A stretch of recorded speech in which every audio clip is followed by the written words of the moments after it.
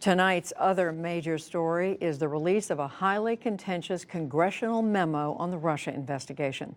It's named for Chairman Devin Nunes of the House Intelligence Committee, and Republicans say that it shows abuses and bias. Lisa Desjardins begins our coverage. President Trump personally announced the decision to release the Nunes memo. The memo was sent to Congress. It was declassified. Congress will do whatever they're going to do.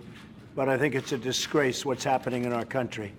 And when you look at that and you see that and so many other things, what's going on, a lot of people should be ashamed of themselves, and much worse than that.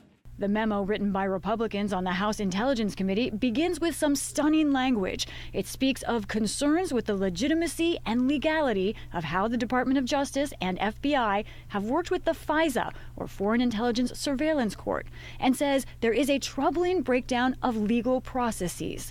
What's that based on? The memo centers on secret surveillance of Carter Page, an advisor to then-candidate Donald Trump for some 6 months in 2016. Republicans charge that the FBI and DOJ, including top officials James Comey, Rod Rosenstein, and Andrew McCabe, got permission to spy on Page based on flawed sources that were biased against Trump, and that the agencies knew that and hid it.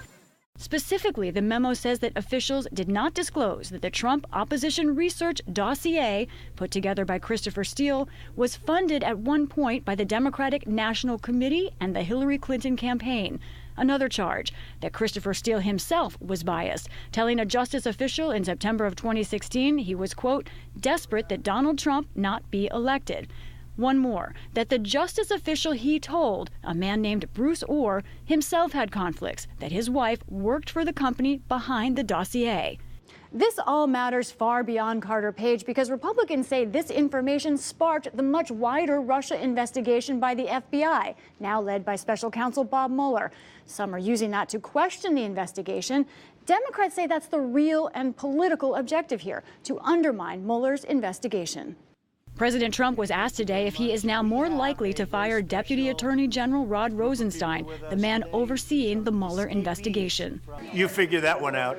Meanwhile, Democrats argued the Republican memo is wholly misleading. For example, it shows the date of the surveillance request, October 21st, 2016, but that was nearly a month after the Trump campaign had said Carter Page was no longer with them.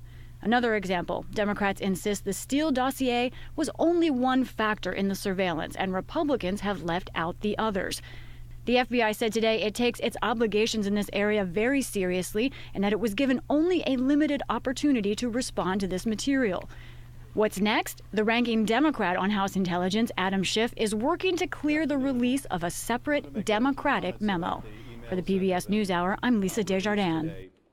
This evening, FBI Director Christopher Wray told his employees in a letter, quote, talk is cheap. The work you do is what will endure.